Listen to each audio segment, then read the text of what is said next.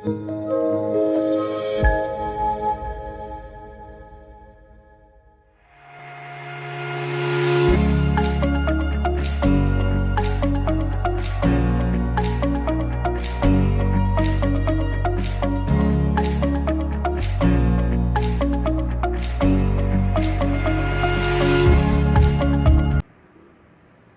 siang semuanya, saya Felix Irwan, mahasiswa Fakultas Psikologi Universitas Abdurrahman Pekanbaru akan mempersembahkan mengenai hubungan antara kontrol diri dengan nomofobia pada remaja di Pekanbaru. Terima kasih kepada Ibu Rini Hatati, MPSI Psikolog selaku dosen seminar klinis Universitas Abdurrahman Pekanbaru yang telah banyak mengajarkan kami berbagai macam ilmu, baik melalui pembelajaran langsung maupun melalui pembelajaran daring saat ini. Baiklah, untuk mempersingkat waktu, saya akan memulai dengan pembahasan perkembangan teknologi smartphone. Perkembangan smartphone dimulai oleh pada awalnya penemuan sound telegraph oleh Antonio Meucci tahun 1871. Beliau berwarga negaraan Italia. Penemuan ini kemudian dikembangkan oleh Alexander Graham Bell yang berwarga kenegaraan Inggris. Pada pengembangan ini, Alexander Graham Bell mendirikan perusahaan telekomunikasi The Bell pada tahun 1875. Walaupun Alexander Graham Bell berhasil mengembangkan telekomunikasi telepon, namun Alexander Graham Bell tidak pernah menelepon istri dan ibunya. Mengapa? Karena ibu dan istri dari Alexander Graham Bell merupakan tunarungu alias tidak bisa mendengarkan. Penemuan ini kemudian dikembangkan oleh Martin Cooper pada tahun 1973. Martin Cooper berwarga negara Amerika, saat itu bekerja di Illinois di perusahaan Motorola. Martin Cooper saat itu merupakan pengembang senior untuk grup peralatan bergerak, di mana grup itu mengembangkan sistem radio komunikasi telepon komunikasi genggam milik kepolisian yang boleh dikatakan hampir mirip dengan telepon seluler. Pengembangan Martin ini membuat alat komunikasi bukan hanya terletak pada satu daerah, tapi alat komunikasi bisa dibawa kemana saja. Pengembangan tersebut membuat orang semakin berpikir bagaimana fleksibel dan terus berkembang. Lalu pada tahun 2005, Andy Rubin, Rich Minnan, Nick Shears, dan Chris White mewakili perusahaan Android bergabung dengan Google untuk mendirikan Open Handset Alliance di California, Amerika Serikat. Pengembangan ini membuat handphone bukan hanya sebagai alat komunikasi semata, tetapi telepon genggam sudah lebih daripada itu. Telepon genggam sudah berfungsi sebagai alat mencari informasi, bisa dengan menggunakan Google atau fasilitas lainnya, ataupun alat untuk media sosial, Facebook, Instagram, dan lainnya. Alat komunikasi seperti menggunakan WhatsApp, Line, atau bahkan sekarang bisa sebagai alat meeting, Zoom, Google Meeting, dan banyak lainnya. Bahkan kini handphone juga dipakai sebagai sarana pembelajaran. Handphone dipakai sebagai sarana untuk bisnis, transaksi pembelian, transaksi penjualan, dan lainnya. Perkembangan telepon tersebut ternyata telah membuat dunia begitu merindukan handphone dan juga jaringan internet. Kita lihat perkembangan smartphone pada tahun 2020, tahun ini. Di Januari penelitian membuktikan bahwa smartphone di seluruh dunia berjumlah 5 miliar smartphone dengan jumlah penduduk dunia saat ini adalah 7,75 miliar. Artinya 67% smartphone menguasai dunia. Perkembangan ini juga terjadi di Indonesia yang lebih dahsyat lagi. Di Indonesia smartphone berjumlah 338, juta smartphone yang beredar, sementara jumlah penduduknya adalah 272,1 juta orang. Ini berarti 124% jumlah smartphone lebih banyak Artinya satu orang bisa memiliki 2 sampai dengan 3 smartphone. Dari sisi penggunaan jaringan internetnya, dapat dilihat bahwa Indonesia termasuk pengguna jaringan internet terbesar, di mana 175,4 juta jaringan internet yang digunakan dibanding dengan 272,1 juta jiwa. Artinya adalah 67% dari penduduk Indonesia yang menggunakan jaringan internet. Artinya 10 orang yang ada di Indonesia, 6 sampai 7 orang adalah pengguna jaringan internet. Ini berarti jumlah yang besar ini telah melibatkan usia tua hingga turun ke remaja dan anak. Nah, sumber tersebut kami ambil dari web sosial.com. Lalu, perkembangan yang begitu dahsyat tadi telah membuat manusia menjadi terbebas dari dunia nyata, namun terikat pada dunia maya. Perkembangan tersebut membuat orang mengalami suatu masalah yang mana disebut dengan istilah nomofobia.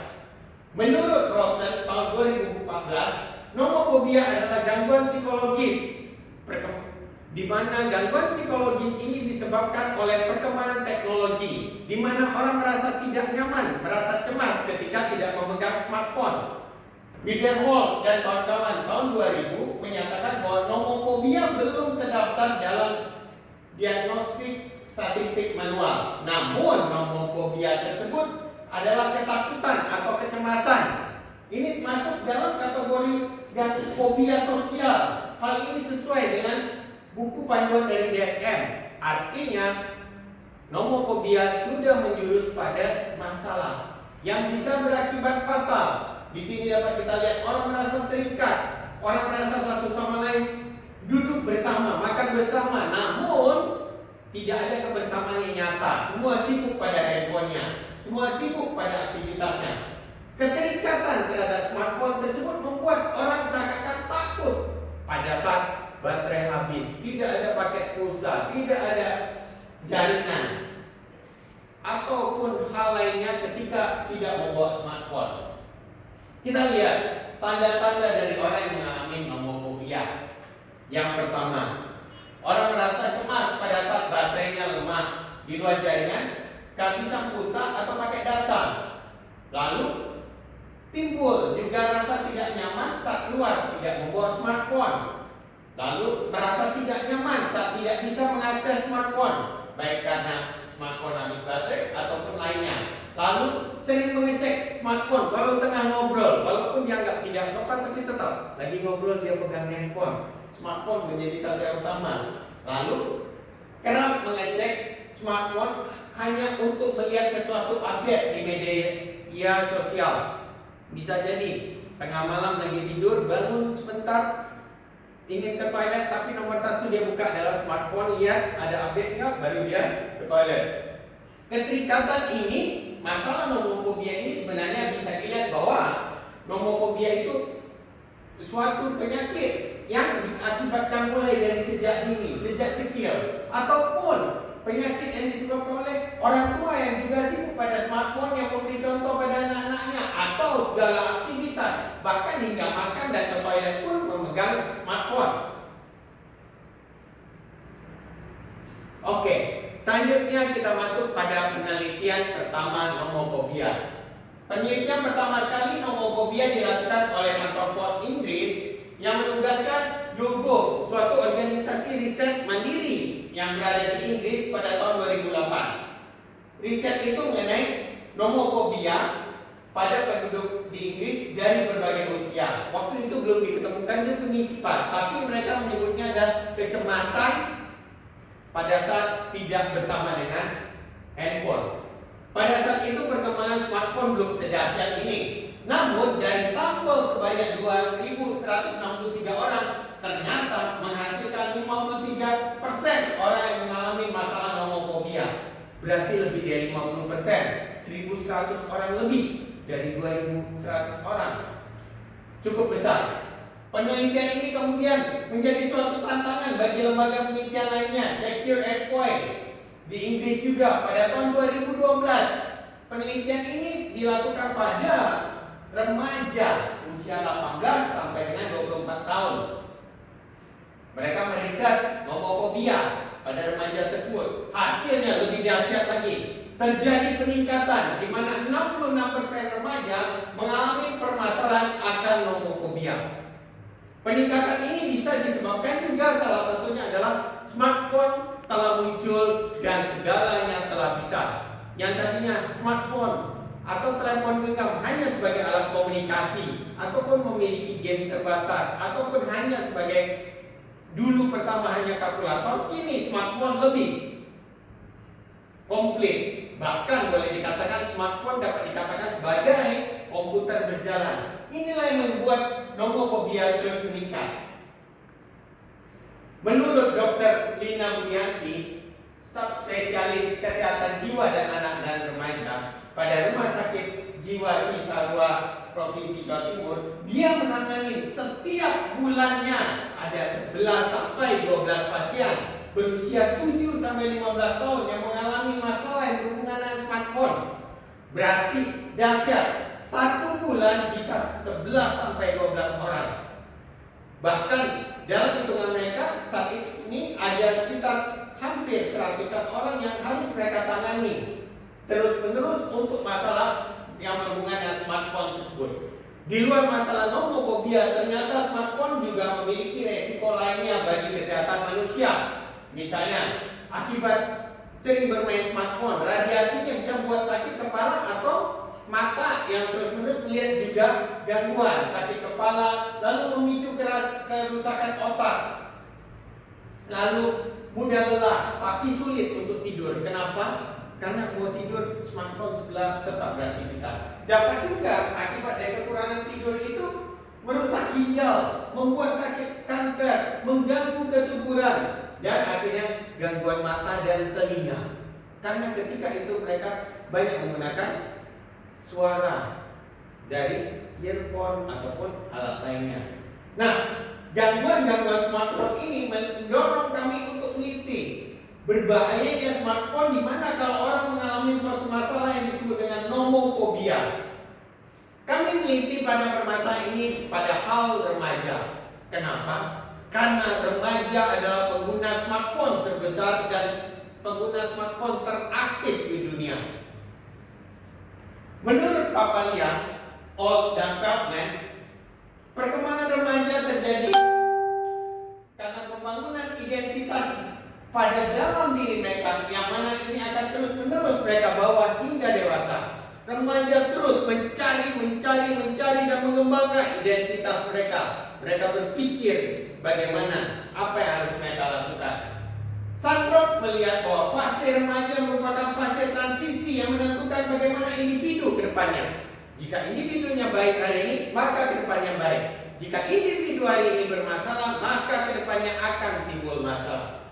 Melihat hal tersebut, Aziz dan Fauzia juga menyatakan kemampuan remaja dalam mengkontrol diri sangat diperlukan untuk mengendalikan perilaku terhadap dorongan atau keinginan untuk dapat yang berdampak negatif.